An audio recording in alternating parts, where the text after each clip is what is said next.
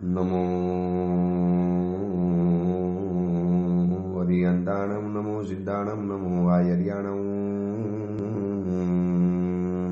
નમો વજ્જાયાણમ નમો લોહે સૌવસાવણમ એસો પંચ નમુકારો સૌવ પાવપનાસણો મંગલાનમ ચ સૌવેસી બળમમ વૈ મંગલમ મંગલમ ભગવાન વીરો મંગલમ ગૌતમ પ્રભુ મંગલમ સ્થૂલભદ્રાદ્યા જૈન ધર્મો સ્તુ મંગલમ. ગિરનાર ગિરિવરની છત્ર છાયાની અંદરમાં બેસી અને આ પ્રવચનો થઈ રહેલા છે. બસ હવે બહુ થોડા દિવસ આ ગિરનાર ગિરિવરનું સાનિધ્ય મળવાનું છે. 10 તારીખે સાંજે ગિરનાર ગિરિવરથી વિહાર શરૂ થઈ જશે. 36 વર્ષ આવ્યા પછી 36 દિવસ પણ રહેવા માટે નથી મળ્યું, પણ જેટલા દિવસ રહ્યા ખૂબ જાણકારી પ્રાપ્ત કરી, ખૂબ આનંદ કર્યો, ખૂબ ભાવ કર્યા, ખૂબ જાપ કર્યો, ખૂબ પ્રદક્ષિણા કરી અને નસીબથી જ્યાં લગભગ રહેવા માટે ઇમ્પોસિબલ છે એટલા દિવસ 9 દિવસ ગિરનાર ગિરિવર ઉપર રહેવા માટે મળ્યું.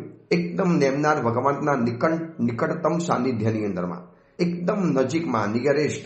આવું તો કદાચ સૌભાગ્ય બહુ ઓછું મળે કે 9 દિવસ પર્વત ઉપર ગિરનાર ગિરિવરની અંદરમાં કુદરતના સાનિધ્યમાં આટલી ભવ્ય ભૂમિ ઉપર જ્યાં અનંતા તીર્થંકર પરમાત્માના 3 કલ્યાણકો થયેલા છે, આવી અદ્ભુત મહાનતમ પવિત્ર ભૂમિ ઉપર 9 દિવસ રહેવા માટે મળે અને એ પણ કુદરતનું સાનિધ્ય આટલું 3000 ફીટની ઉપર અને આટલા અદ્ભુત પરમાત્માના વચની અંદરમાં દિવસના 7 કલાક જે આરાધના અને જાપ થયા છે, ખરેખર વિહાર વસૂલ થઈ ગયો, લેખે લાગી ગયો. બસ હવે થોડા દિવસ પછી અહીંયાથી વિહાર શરૂ થશે અને અહીંયાથી વિહાર કરી ગિરનાર ગિરિવરથી વિહાર કરી શત્રુંજય તીર્થની અંદરમાં માત્ર એક અઠવાડિયા માટે, લગભગ 9 થી 10 દિવસ માટે જવાનું થશે અને ત્યાંથી પછી સુરત તરફનો વિહાર શરૂ થઈ જશે. તો આ ગિરનાર ગિરિવરની ગોદની અંદરમાં આપણા કુંવલે માલાના પ્રવચનો થઈ રહેલા છે. પ્રવચનનો વિષય ચાલે છે માર્ગ ભૂલેલા જીવન પથિકોની પ્રતિબોધ કથા. આજથી 1245 વર્ષ પૂર્વે બનેલો 4 પ્રસ્તાવ અને 17,000 શ્લોકોની અંદરમાં ફેલાયેલો આ કુંવલે માલા નામનો ગ્રંથ ક્રોધ, માન, માયા, લોભ અને મોહ, આ 5 દોષોની જે પીડા, પરેશાની, સતત એની પજવણી, કન્ટિન્યુ હર સેકન્ડે, હર પલે, હર ક્ષણની અંદરમાં જે આપણને પરેશાન કરતા જાય, અલગ અલગ ભાવોની અંદરમાં આપણને રમાડતા જાય, જાણે કે આ 5 જણા આપણું રિમોટ કંટ્રોલથી આપણને નચાવે છે. આપણી આખી જિંદગીનું રિમોટ કંટ્રોલ જાણે કે એ લોકોના હાથમાં પહોંચી ગયું છે, અથવા તો આપણે જ આપેલું છે. ભૂલથી, અજાણતા કોઈક એવા સમયની અંદરમાં કોઈક એવો જીવનનો વીક સમય આવી ગયો અને એ જીવનના નબળી ક્ષણોની અંદરમાં આપણે આપણા જીવનનું રિમોટ કંટ્રોલ એ લોકોના હાથમાં સોંપી દીધું. હવે એ લોકો મન ફાવે એવી રીતે આપણને નચાવે છે. જેમ લોકો કઠપુતળીનો ખેલ કરતા હતા ને જૂના કાળની અંદરમાં, એમ એ માણસ પોતાની આંગળીઓ દ્વારા જેમ પુતરીઓને નચાવતો હતો, બસ એવી જ રીતે આ 5 દોષો મને તમને સતત ને સતત નચાવ્યા કરે છે. એ જે કે એ રીતે ક્રોધ કરવાનું, એ જે કે એવી રીતે માન કરવાનું, અભિમાન કરવાનું, ઘમંડ કરવાનું, પછી માયા અને ઠગવાના કામ કરવાના, લોભ કરવાનું, મોહ વગેરે કરવાના. હવે આમાંથી છુટકારો જો પ્રાપ્ત કરવો હોય, હૃદયમાંથી ખરેખર જો એક ભાવ ઊભો થયો હોય કે આમાંથી છુટકારો પ્રાપ્ત કરવો જ છે, હવે બહાર નીકળી જવું છે, નથી રહેવું આ બધાના વશની અંદરમાં. આ રિમોટ કંટ્રોલ મારું પોતાના હાથમાં પ્રાપ્ત કરવું છે, મારું રિમોટ મારા હાથની અંદર મારે. આવું જો ભાવના હોય તો બસ આ કથાની અંદરમાં જે વાતો આવે છે એને આપણે ધ્યાનથી સાંભળવી પડશે અને કથાના માધ્યમ દ્વારા આખો ગ્રંથ આગળ વધે છે. કેટલી બધી માહિતી, કેટલી બધી વાતો, કેટલી બધી જાણકારી, કેટલા બધા રીતિ રિવાજો આપણને આ ગ્રંથ દ્વારા જાણવા માટે મળે છે. મેં તમને પહેલા પણ કીધેલું હતું કે આ 17,000 શ્લોકની અંદરમાં એવો એક સબ્જેક્ટ નથી કે જેની અહીંયા ચર્ચા ન થયેલી હોય. જે પણ સબ્જેક્ટ લાવો, શુકન શાસ્ત્ર હોય, જ્યોતિષ શાસ્ત્ર હોય, લક્ષણ શાસ્ત્ર હોય, ધાતુવાદ હોય, ખન્યવાદ હોય, કે પછી ધર્મની વાતો હોય, કે વર્ણનની વાતો હોય, ઋતુઓની વાતો હોય, જંગલની વાતો હોય, નદીની વાતો હોય, ઝરણાઓની વાતો હોય, મનુષ્યની વાતો હોય, અલગ અલગ મનુષ્યના રીતિ રિવાજોની વાતો હોય, કઈ વાતો આ ગ્રંથની અંદરમાં નથી આવતી એ સવાલ છે. તો આ કથામાં આપણે ત્યાં સુધી પહોંચેલા હતા કે કુવલય માલા અને કુવલય ચંદ્ર બસ હવે પોતાના હસ્તિનાપુર નગરી તરફ પ્રયાણ કરે છે. કુવલય ચંદ્ર કુંવરને પોતાના હસ્તિનાપુર નગરી તરફ જવાનું છે અને કુવલય માલાને પોતાની નગરી છોડવાની છે. જન્મ લીધો ત્યારથી આ નગરી સાથેની જોડાયેલા સંબંધો, એની સાથે જોડાયેલા તાર, એની સાથે જોડાયેલા એક આત્મીય ભાવ, પશુ, પંખી, વનસ્પતિ, ઝાડ, આ બધાની વિદાય યાચના જે અદ્ભુત રીતે લેતી જાય છે. એક એક વ્યક્તિઓને મળે છે, હર સખીઓને મળે છે. જે સખીઓ સાથે આવવાની છે એ વાત અલગ છે, પણ જે અહીંયા રહી જવાની, જે ધાવ માતા છે અને ઉપકારી માતા પિતા, આ બધાની સાથે વિદાય વખતે એક અદ્ભુત યાચના કરીને જાય છે, ક્ષમા યાચના કરીને જાય. હવે જ્યારે એ બંને જણાને હવે જ્યારે વિદાય સમારંભ આવ્યો અને વિદાય સમારંભ જ્યારે આવવાનો હતો અને એ સમયની અંદરમાં જે જ્યોતિષીઓએ સુંદર મજાનું મુહૂર્ત જે જોવિયાલી આપેલું હતું, એ સમાચાર બસ એ મુહૂર્તના સમયની અંદરમાં જ્યારે પ્રયાણ કરવાનો સમય આવ્યો ત્યારે અહીંયા જે પ્રયાણ કરવાની જે વિધિ બતાવી છે ને, હકીકતની અંદરમાં જ્યારે પણ તીર્થયાત્રાએ જવું હોય અથવા તો સપરિવાર કોઈ પણ કારણસર, પારિવારિક, ધાર્મિક કે કોઈ પણ સામાજિક કારણોસર જ્યારે લાંબી મુસાફરી કરવી હોય, લાંબી જર્ની કરવાની હોય, લોંગ જર્ની કરવાની હોય, તો એવા સમયની અંદરમાં અહીંયા જે બતાવેલી પ્રયાણ વિધિ છે, અગર એ કરીને જઈએ તો બહુ મોટા વિઘ્નોથી કદાચ આપણે બચી શકીએ છીએ.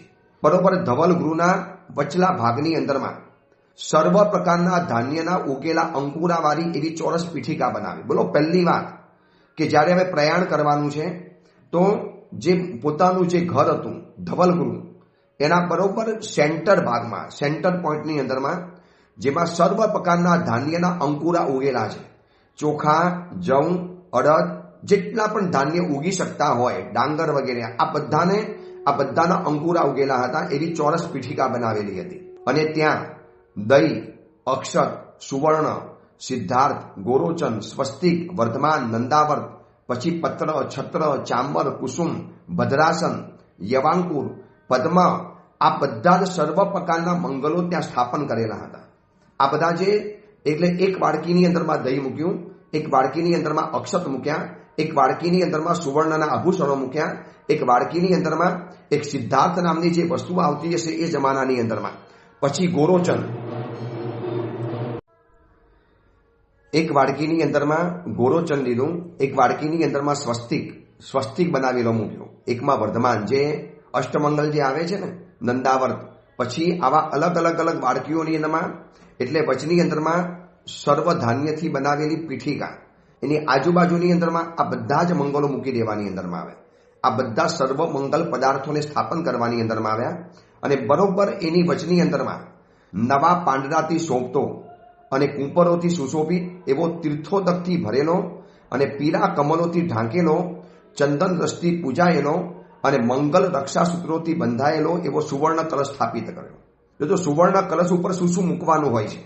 જ્યારે યુવાન દીકરો કોઈ વિશિષ્ટ કાર્ય માટે ઘરમાંથી બહાર નીકળતો હોય, અથવા તો જ્યારે બહુ મોટા ધર્મના કાર્ય માટે આપણે બહાર નીકળવાનું હોય, અથવા તો સપરિવાર એવી મોટી તીર્થયાત્રા માટે જ્યારે આપણે નીકળવાના હોય, અને આ જમાનાની અંદરમાં તો આવા મંગલો કરવા જરૂરી બહુ પડે છે, કારણ કે એક્સિડન્ટના જમાના, રોજના રોજ કેટલી જાતના એક્સિડન્ટો થાય, અને એ જમાનાની અંદરમાં આવા મંગલો કરીને જાઓ તો કદાચ જે આવનારા વિઘ્નો દૂરથી નીકળી જાય, અને કદાચ નિકાચિત કર્મ હોય ને વિઘ્ન આવે તો બહુ સરળતાથી વિઘ્ન પાસ થઈ જાય. એટલે જાણવા જેવી વાત છે કે આ બધા જ મંગલો મૂક્યા પછી હવે એક સુવર્ણ કલશ, જેની અંદરમાં સર્વ તીર્થની નદીઓના પાણી અંદરમાં ભરવામાં આવ્યા છે. મહાપવિત્ર નદીઓના પાણી, જેમ ગિરનાર તીર્થ ઉપર ગજપત કુંડનો એક કુંડ છે, આ કુંડ અમે જોયો, રોજ લગભગ જોવા માટે જતા હતા. છેક નીચેના ભાગની અંદરમાં આવેલો આ ગજપત કુંડ 1 ફૂટથી પાણી અંદરમાં વધારે ભરાતું નથી, અને 24 કલાક નોન સ્ટોપ, દિન રાત, રોજને રોજ કેટલાય વર્ષોથી અંદરમાં પાણીનો પ્રવાહ ચાલુ છે, પણ 1 ફૂટથી પાણી અંદરમાં વધારે ભરાય નહીં. અને વળી પાછું એ પાણી ક્યાં જમીનમાં, પર્વતમાં, પેટાળમાં ક્યાંય ઉતરી જતું હશે. કેટલી જડીબુટ્ટીઓને સ્પર્શીને આવનારું આ પાણી કદાચ આજના ભલભલા મિનરલ બોટલ કે શુદ્ધ પ્યોર પાણીના જે દાવા કરતા હોય એના કરતાં પણ 1000 ગણું સુવિશુદ્ધ પાણી, એકદમ ચોખ્ખું અને નિર્મલ નીર આ ગજપડ કુંડનું કહેવાય. આવા કેટલાય કુંડોના પાણી, નદીઓના પાણી, ધ્રહના પાણી, કુવાઓના પાણી, વાવડીઓના પાણી, એ બધું જે સુવર્ણ કલશની અંદરમાં ભરેલો હતો. હવે સુવર્ણ કલશ ખાલી નથી મૂકવાનો. એ સુવર્ણ કલશના મધ્ય ભાગની અંદરમાં નવા પાંદડા અને કૂપરો એનાથી સુશોભિત હોય. પછી પીળા કમલથી ઉપર ઢાંકેલો હોય એનું મુખ, અને આજુબાજુની અંદરમાં ચંદનનો રસ ચોપડેલો હોય, અને એની ઉપર મંગલ રક્ષાસૂત્ર બાંધેલું હોય. લાલ કલરનો દોરો, જેને નાણા છડી કહેવાય, એનાથી બાંધેલો સુવર્ણ કલશ સ્થાપિત કરવાનો. આવા 2 કલશ પૂર્વ દિશાની અંદરમાં સ્થાપિત કર્યા. પછી ગોરોચનોને નમ્યા. જે ગોરોચન આગળ મૂક્યું છે ને ચંદન, એને નમસ્કાર કર્યા. અને મંગલ કાર્ય માટે પ્રયાણનો સમય બરોબર આ બધી જ વસ્તુ મૂકી દેવાની અંદરમાં આવી. 2 સુવર્ણ કલશ, જેમાં સર્વ તીર્થ નદીઓના પાણી રહેલા છે. સર્વ પ્રકારના મંગલો જે આગળ બતાવ્યા, મેં તમને નામ બતાવ્યા, એવી 15-20 વસ્તુઓ જે મહામંગલકારી કહેવાય, એ બધી જ એક નાનકડી સુવર્ણ વાટિકાઓની અંદર મૂકી દેવાની અંદરમાં આવ્યા. પીઠિકાની અંદરમાં સર્વ પ્રકારના ધાન્યની સ્થાપના કરવાની અંદરમાં આવી છે. અને બરોબર એ સમયની અંદરમાં બસ કુવલય માલા અને કુવલય ચંદ્ર બધી તૈયારી સાથે ઉત્તમ વસ્ત્રને પહેરી માતા પિતાના આશીર્વાદ લઈ લીધા. નગરજનોની વિદાય પ્રાપ્ત કરી લીધી. વૃક્ષો, પછી ફળ ફૂલ, ઘરની અંદરમાં રહેલા પાલતા પશુઓ, આ બધાની વિદાય લઈ બસ હવે પ્રયાણ કરવા માટે બરોબર તૈયાર થઈને બેઠેલા છે. અને એ સમયની અંદરમાં મંગલ વાજિંત્ર વાગે છે, શંખનાદ ફૂંકાય છે, થાળી નગારા વાગે છે, ઢોલ નગારા વાગે છે. અને બરોબર સમયને જાણકાર જ્યોતિષ વ્યક્તિઓ ત્યાં ઊભા છે. અને એમને કીધું છે બસ અમે જેવો જમણો હાથ ઉપર કરીએ અને સિદ્ધ શબ્દ બોલીએ એટલે તમારે બરોબર પ્રયાણ શરૂ કરી લેવાનું. અને બસ આ તૈયારી સાથે ઉભેલા છે. આકાશની અંદરમાં બરોબર નક્ષત્રનો સારો યોગ આવ્યો, અને જ્યોતિષીઓએ, સાંપસરિકોએ સિદ્ધ એવો બુલંદ શબ્દથી અવાજ કર્યો, શંખનાદ ફૂંકાયો. એટલે બંને જણાએ પ્રયાણ શરૂ કર્યું. પણ જાણવાની વાત એ છે કે પુરુષને જ્યારે પ્રયાણ કરવાનું હોય, અહીંયા કુવલય ચંદ્ર કુંવરે જમણો પગ પહેલો ઉપાડ્યો, અને કુવલય માલાએ ડાબો પગ પહેલો શરૂ કર્યો ઉપાડવાનો. કોઈ પણ પ્રયાણની અંદરમાં પુરુષે જમણો પગ પહેલા શરૂ કરવાનો છે, અને લેડી સ્ત્રીએ પોતાનો લેફ્ટ લેગ એટલે કે ડાબો પગ સૌથી પહેલા પ્રયાણ માટે શરૂ કરવાનો છે. આ કુવલય માલા ગ્રંથની અંદરમાં કેટલી બધી પ્રેક્ટિકલ માહિતી, જાણકારી આપીએ છીએ. આવી વર્તમાન સમયની અંદરમાં મોટી મોટી ઇંગ્લિશ સ્કૂલોની અંદરમાં લાખો કરોડો રૂપિયા બરબાદ કરી આવું કોઈ શિક્ષણ આપવામાં નથી આવતું, જે પાયાનું શિક્ષણ છે. આ રોજબરોજ કામ લાગે. બિઝનેસ કરવા જાઓ, તીર્થની યાત્રા કરવા જાઓ, સામાજિક પ્રસંગની અંદરમાં જાઓ, કોઈ વિશિષ્ટ કાર્ય કરવાની અંદરમાં જાઓ, નવા ઘરમાં પ્રવેશ કરવાની અંદરમાં જાઓ, તો આ નવા ઘરમાં પ્રવેશ કરવા માટે પણ આ જ મંગલ વિધિ, સેમ આ મંગલ વિધિ, સર્વ પ્રકારના ધાન્ય જેમાં ઉગેલા હોય એવી એક પીઠિકા ધવલગુની સામે મૂકેલી હોય. સોનાના કલશોની અંદરમાં સર્વ તીર્થજલ મૂકેલું હોય, એને ચંદનથી લેપાયેલા હોય, ઉપર પીળા ફૂલો ઢાંકેલા હોય, પછી નવી કુપર અને નવા પાંદાઓથી ઢંકાયેલો હોય. આ બધી જ વિધિ વિધાન અને અલગ અલગ અલગ મંગલ વસ્તુઓની વાડકીઓ ભરીને મૂકેલી હોય. અને પછી આવું પ્રયાણ કરો. લગભગ ઉપસર્ગો કે અંતરાયો, મુશ્કેલીઓ આવે નહીં, અને આવે તો તરત જ ટળી જાય. બંને જણાએ પોતપોતાનો એટલે કુવલય ચંદ્ર કુંવરે જમણો પગ અને કુવલય માલાએ ડાબો પગ ઉપાડવાનો શરૂ કર્યો. શંખ વાગ્યા, ભેરી વાગી, વાજિંત્ર વાગ્યા, કાંસા વાગ્યા, મૃદંગ વાગ્યા, વાંસળીઓ વાગી, જાત જાતના વાજિંત્રો વાગવા માંડ્યા. હજારો વ્યક્તિઓના જય જયકાર શબ્દોથી આકાશ અને પાતાળ જાણે કે એક થઈ ગયું. આકાશ ગરજી ઉઠ્યું, પાતાળની અંદરમાં એના પડઘા પડવા માંડ્યા, અને રાજ્યના આંગણની અંદરમાં વડીલ વર્ગ સન્મુખ થયો, અને જય કુંજર હાથી બરોબર ત્યાં લાવવાની અંદરમાં આવ્યો. આ એ જય કુંજર હાથી છે કે જેને કુવલય ચંદ્ર કુંવરે નગરમાં આવતાની સાથે વશ કરેલો હતો. ધવલ વર્ણનો, સફેદ દંસુરવાળો, શ્વેત પુષ્પો અને આભૂષણથી શોભાયમાન, અને યશના સમૂહ જેવો એવો જય કુંજર હાથી, અને એની ઉપર આ યુવાન કપલ કુવલય ચંદ્ર કુંવર અને કુવલય માલાએ એની ઉપર પગ મૂકવાની અંદરમાં આવ્યા. એની ઉપર ચડી બેઠા. જાણે એમ લાગતું હતું કે ઐરાવણ હાથી ઉપર એક ઇન્દ્ર અને ઇન્દ્રાણી શોભી રહેલા છે. અદ્ભુત રૂપ, સૌંદર્ય, તેજ, લાવણ્ય, નવયુવાન કાયા અને પૂર્વભવની આરાધનાથી મળેલું અસીમ રૂપ બંને પોતપોતાના ક્ષેત્રની અંદરમાં સુંદર દેખાતા હતા. અને બંને જણાનું ધીરે ધીરે એટલો જનસંમર્દ છે, એટલી બધી ભીડ ઉમટી છે, એટલા બધા લોકલાડીના આ બંને રાજપુત્ર અને રાજપુત્રી છે કે એના પ્રયાણની અંદરમાં સમસ્ત ગામ ઉમટી પડેલું છે. અને કુવલય માલા અને કુવલયચંદ્ર જ્યારે જાય છે, લોકો હવે એની તુલના કરે છે. પ્રયાણ જ્યારે શરૂ થાય છે અને યુવાન કન્યાઓ, યુવાન પુરુષો, દરેક વ્યક્તિને એક મીઠી ઈર્ષા થાય એવું આ કપલ રહેલું છે. એમાં નગરની સ્ત્રીઓમાં તો વિકલ્પો, વાતો અને ગણગણાટ શરૂ થઈ ગયો. કુતૂહલ અને ઉતાવળથી ભરેલા હૃદયની અંદરમાં કુલ બાલિકાઓ કહેવા માંડી, અરે તને ખબર છે કે આમાંથી વધારે સુંદર કોણ છે? બોલ, કઈ બતાવું, કુવલય માલા કે કુંવર? એની અદ્ભુત ચર્ચા કરવામાં આવી છે આ કુવલય માલા ગ્રંથની અંદરમાં. એક વ્યક્તિની મેન્ટાલિટી પ્રગટ થાય છે. બીજી એ કીધું કે ભાઈ દેખો, આ કુમારના મસ્તક ઉપર પણ કેટલો સુંદર મજાનો કાળા વાળનો જથ્થો શોભી રહેલો છે. તો કુવલય માલાના મસ્તક ઉપર પણ એવા જ પ્રકારના વાળ છે. આનું વદન જો વિકસિત શતપત્ર જેવું છે, તો આનું પણ મુખ શરદ પૂર્ણિમાના ચંદ્ર જેવું છે. કુમારની આંખો જો કમલ પત્રના યુગલ જેવી છે, તો આની પણ આંખો સુંદર રહેલી છે. આખું શરીર, અરે ભાઈ આપણે બધી વાત બરોબર છે. હું સવાલ એ પૂછું છું કે આમાંથી આ સ્ત્રીઓ પરસ્પર વાતો કરે છે, તમારી બધી વાત બરોબર, પણ આમાંથી વધારે ભાગ્યશાળી કોણ, વધારે પુણ્યશાળી કોણ, આ બધાની અંદરમાં ચડિયાતો કોણ? ત્યારે પરસ્પર ચર્ચા થવાની અંદરમાં આવી. એમાં એ વખતે સ્ત્રીઓ અલગ વાતો કહેવાની અંદરમાં આવી. ભાઈ આ બેમાંથી કોને આપણે ભાગ્યશાળી ગણવાના?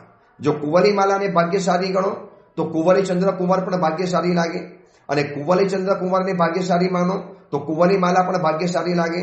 એમ લાગે છે કે બંને એકબીજાથી ભાગ્યશાળી દેખાતા હોય, નસીબવાન છે, પુણ્યવાન છે. શું નથી મળ્યું એ લોકોના જિંદગીની અંદરમાં? પુણ્યનો જ્યારે ઉદય થાય છે, આ બધી જ વસ્તુ સહેલી બની જાય છે. આપણે વસ્તુઓને પ્રાપ્ત કરવાનો પ્રયત્ન કરીએ છીએ, પણ જેનાથી મળે છે એ પુણ્ય તત્વ ઉપર આપણને બહુમાન ભાવ ઉત્પન્ન નથી થતો.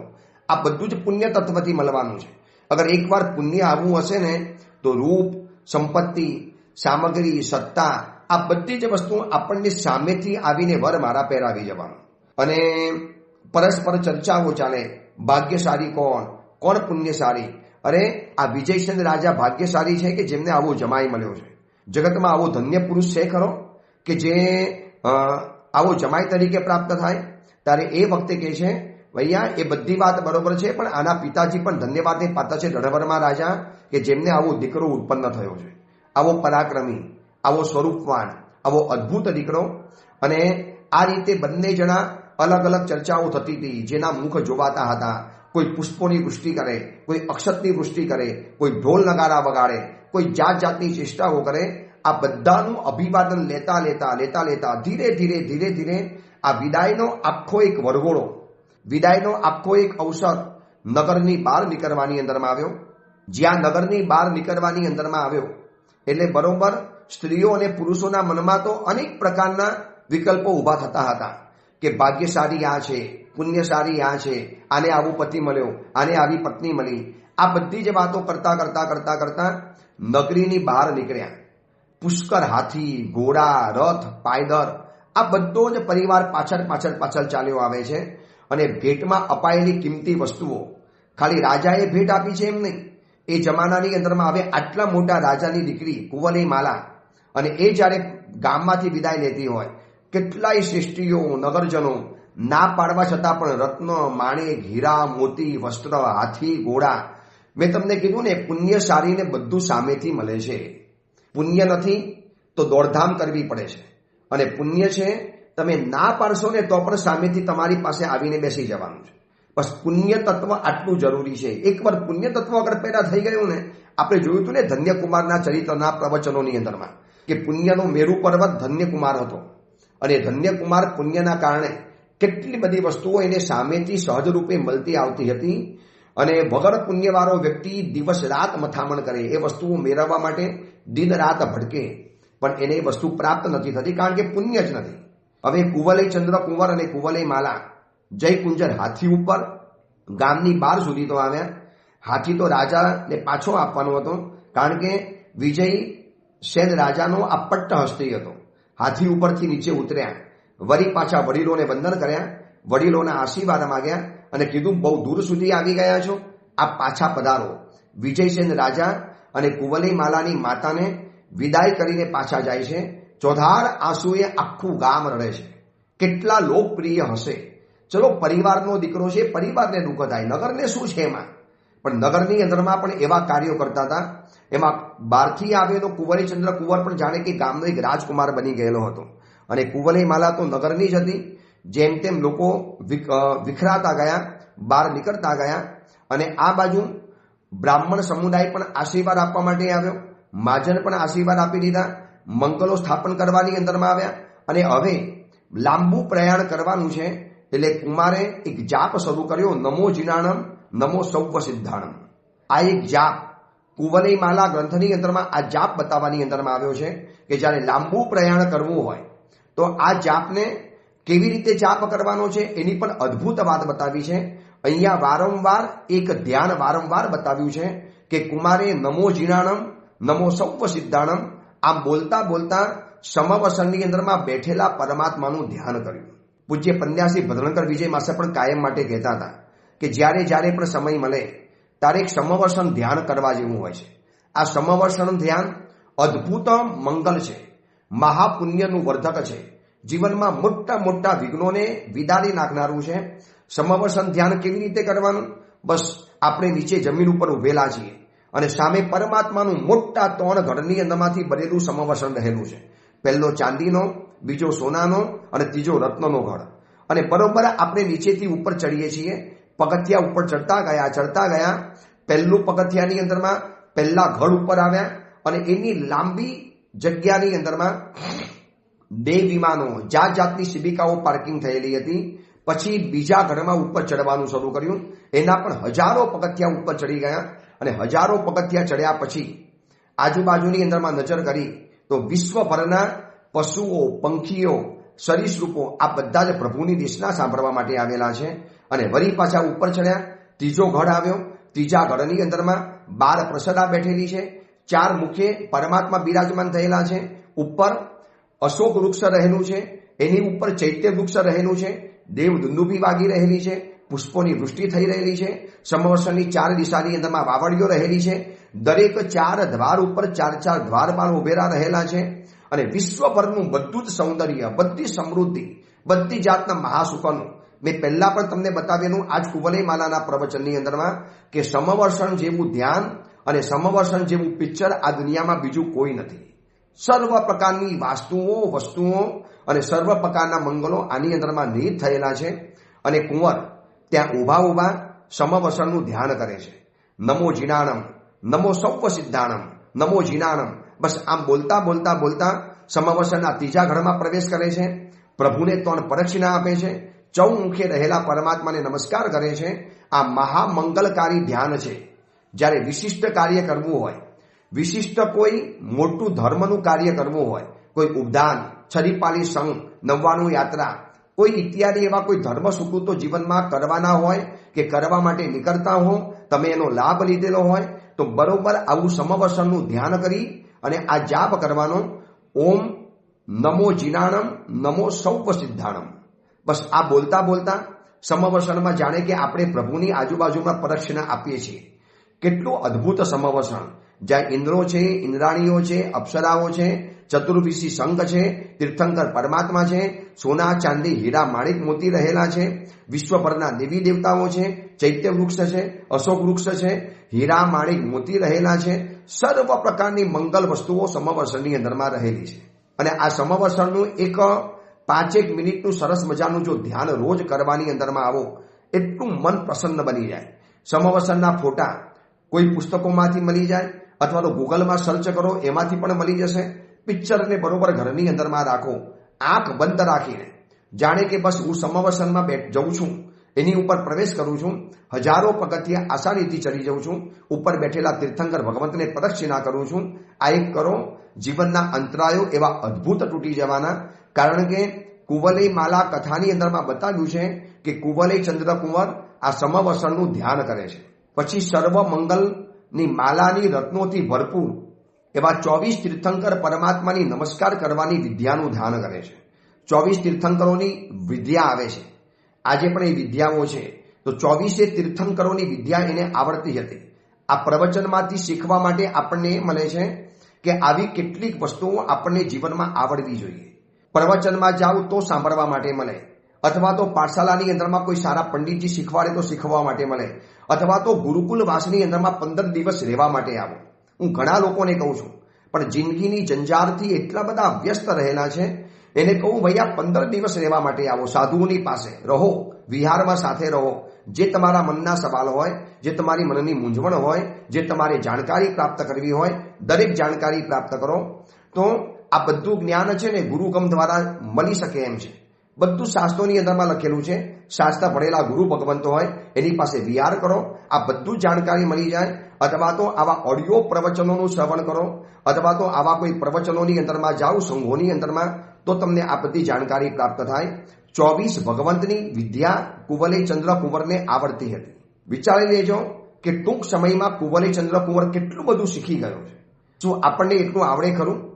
કદાચ ગુરુવંદન કે સામાયિક લેતા પાડતા અને ચૈત્યવંદન કરતા આવડી ગયું, આપણે ઇતિશ્રી માની લીધી. આ બધી જ વસ્તુઓ જીવનમાં આવડવી જોઈએ. અને પછી પ્રવચન દેવતાને આહ્વાન કરે છે. જોજો આ એક પ્રયાણની વિધિ જાણવા જેવી છે, માટે વિસ્તારથી બતાવું છું. કેટલી અદ્ભુત પ્રયાણની વિધિ કુવલે ચંદ્ર કુંવર હવે જાતે કરે છે. પહેલા સમવર્ષણનું ધ્યાન કર્યું, નમો જીનાણમ, નમો સૌવ સિદ્ધાણમ, એનો જાપ કર્યો. 24 તીર્થંકરની વિદ્યાનું ધ્યાન કર્યું. હવે હે ભગવતી પ્રવચન દેવતા, જો આપ જાણતા હો કે હું પિતાજીને મળવા માટે જાઉં છું, હું મારા પિતાજીને જીવંત જોવા માટે માંગુ છું, અગર આપ એવું ચાહતા હો હું રાજ્ય પ્રાપ્ત કરું, સમકિત વધારું और સમકિતને નિર્મલ કરું, અને અંતે વીરતીનું પાલન કરું, અને છેલ્લે કુવલે માલાની સાથે હું ચારિત્ર ધર્મનો અંગીકાર કરું. અગર આપ એવું જો ચાહતા હો અને એવી દિવ્ય જ્ઞાનની ઉપયોગ મૂકીને આપ મને એવા પ્રકારનું ઉત્તમ સુકન આપો. હે પ્રવચન દેવતા. પ્રવચન દેવતાનો મતલબ છે શાસન દેવતા. પ્રવચન બોલો કે શાસન બોલો લગભગ એક જ ગણાય છે. તો કુવલે ચંદ્ર કુંવર પ્રવચન દેવતાને આહ્વાન કરે છે. લગભગ વર્તમાન સમયની અંદરમાં પ્રવચન દેવતાને આવી રીતે આહ્વાન કરવાનું લગભગ ભૂલાવા માંડ્યું છે. જોજો આ આટલો પ્રાચીન ગ્રંથ 1200 વર્ષ જૂનો ગ્રંથ છે, અને એ ગ્રંથની અંદરમાં આખી આ પ્રયાણની શાવકની જૈન પ્રયાણ વિધિ બતાવવાની અંદરમાં આવી છે કે પ્રવચન દેવતાને આહ્વાન કરે છે. ફરી વખત શબ્દો બતાવું છું, જે શબ્દ અહીંયા મૂક્યા છે એ જ બતાવું છું. જો તું જાણતી હોય કે હું પિતાજીને જીવતા જોઉં, રાજ્ય પ્રાપ્ત કરું, સમકિત વધારું ઓર નિર્મલ કરું, વીરતીનું પાલન કરું, અને છેલ્લે કુવલે માલાની સાથે ચારિત્રનો અંગીકાર કરું, તો આપ દિવ્ય જ્ઞાનનો ઉપયોગ મૂકીને એવું મને ઉત્તમ સુકન મને સામે આપો કે જેથી હે માતા હું આગળ અવિચ્છિન્ન રીતે શાંતિપૂર્વક પ્રયાણ કરી શકું. અને આમ વિચારી અને થોડાક સેકન્ડ માટે કુવલે ચંદ્ર કુંવર આંખ ખોલીને 4 દિશાની અંદરમાં જોવે છે. શું પ્રવચન દેવતાએ મારું આહ્વાન સ્વીકારી અને કોઈ ઉત્તમ સુકન આપી રહેલા છે? અને એટલામાં જ કોઈક વ્યક્તિ ભાગતો આવ્યો. ઊંચો સુવર્ણનું છત્ર, મણિજડિત, સુવર્ણથી ચકચકતું એવો સુવર્ણ દંડ ઉલ્લાસથી લઈને બરોબર બાજુની અંદરમાં આવ્યો. એની ઉપર મુક્તાફળની માલાઓ લટકી રહેલી છે એવું શ્વેત છત્રને લઈને આવી ગયો, અને પગમાં પડીને કહે છે કે હે દેવ, આ રાજાનો જયંત નામનો મોટો રાજા છે, જયંત નગરીની અંદરમાં રહે છે, અને રસ્તાની અંદરમાં જયંત નગરી આવવાની છે, તો આપને આમંત્રણ માટે આપ અમારી નગરીમાં પધારજો. એના આમંત્રણ માટે એમને આ સુવર્ણનો છત્રવાળો દંડ આપને સેવા માટે મોકલ્યો છે.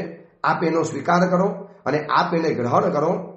કુમારે વિચાર્યું કે અહો, પ્રવચન દેવતાએ મારું સાનિધ્ય સ્વીકાર્યું, મારી વિનંતીને માન્ય કરી, અને વિચારતાની સાથે જ સર્વ સુકનની અંદરમાં શ્રેષ્ઠ સુકન જે ગણાય, મહાસુકન ગણાય, છત્ર, એટલે જાણે કે ચારેકોર છત્ર જેવું એક ક્ષત્રિય સામ્રાજ્ય મારું ફેલાઈ જવાનું, સર્વ દ્રવ્ય મંગલોમાં ઉત્તમ મંગલ એવું છત્ર રત્ન મને પ્રયાણના સમયે જો આવી રીતે સામેથી મળ્યું છે, એટલે ખરેખર પ્રવચન દેવતા મારી ઉપર ખુશ થયેલી છે.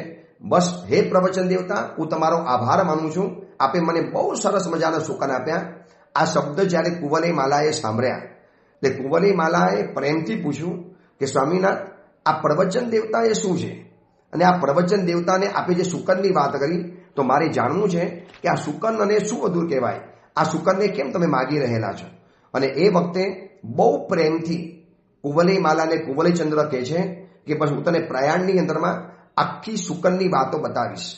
આ પ્રવચન દેવતા કોણ છે એની પણ વાતો બતાવીશ. આપણે પણ આ પ્રવચન દેવતાની વાતોને જાણવી છે. પ્રવચન દેવતાને લગભગ આપણે ભૂલી ગયેલા છીએ. એ અંગેની મહત્વની વાત આવતીકાલના પ્રવચનમાં આપણે આ જ વાતને આગળ વધારવી છે કે શુકન એ પણ બહુ જરૂરી છે. શુકન શાસ્ત્ર પણ શીખવું જરૂરી છે. પણ વર્તમાન ઇંગ્લિશ મીડિયમના જમાનાની અંદરમાં કદાચ આ બધી વાતો હવે કદાચ આઉટ ઓફ ડેટ ગણાતી જાય છે. પણ જે છે એ નક્કર સત્ય અને નક્કર હકીકત છે. આ બધું જ વર્તમાન સમયમાં જરૂરી પડે છે. એ અંગેની બીજી મહત્વની વાત આપણે આવતીકાલે કરીશું. એ જ મંગલકામના મંગલ ભાવના. જીનાગના વિરુદ્ધ કાંઈ પણ બોલાયું હોય તો મિચ્છામી દુક્કડમ.